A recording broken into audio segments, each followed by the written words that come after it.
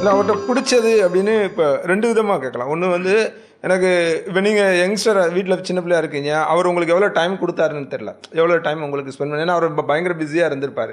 So உங்கள் ஸ்கூலிங்கில் காலேஜில் அவர்லாம் எந்த அளவுக்கு உங்களோட இருந்திருக்காரு, டைம் ஸ்பெண்ட் பண்ணியிருக்காரு? அப்பா நாங்கள் ஸ்கூல் படிக்கும்போது பெருசாக கூட இல்லை ஆஸ் இன் லைக் ரொம்ப ஷூட்டிங் இருப்பார். நைட்டு மட்டும்தான் வருவார்.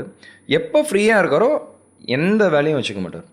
ஃபுல் அண்ட் ஃபுல் என் கூடயே அண்ணன் கூட மட்டும்தான் இருப்பார். நல்லா விளையாடுவார், சாப்பாடு சமைப்பார், சாப்பாடு சமைப்பாரா? சமைக்கிறதுனா பெருசாக பண்ண மாட்டார். அவருக்கு தெரிஞ்ச ஒரு சில ஐட்டம்ஸ் பண்ணி தருவார். இல்லை எங்களை உட்கார வச்சு என்ன மாதிரி ஐட்டம்லாம் பண்ணி கொடுப்பாரு?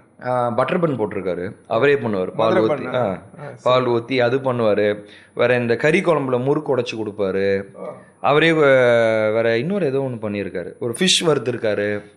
மேலே எங்கள் ரூமில் ஒரு சின்னதாக ஒரு ஸ்டவ் இருக்கும், அதில் அப்பாவே மீன் பொரிச்சு கொடுத்துருக்காரு.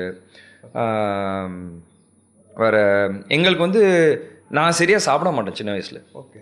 ரொம்ப ஒல்லியாக இருப்பேன். அதனாலேயே அவர் ஃப்ரீயாக இருந்தேன் என்னை உட்கார வச்சு நல்லா கறி சாப்பாடுன்னு சாப்பிட்டே ஆகணும்னு உட்காந்து எனக்கு ஊட்டி விடுவார். எனக்கும் சரி அண்ணனுக்கும் சரி அந்த மாதிரிலாம் நிறைய பண்ணியிருக்கேன்.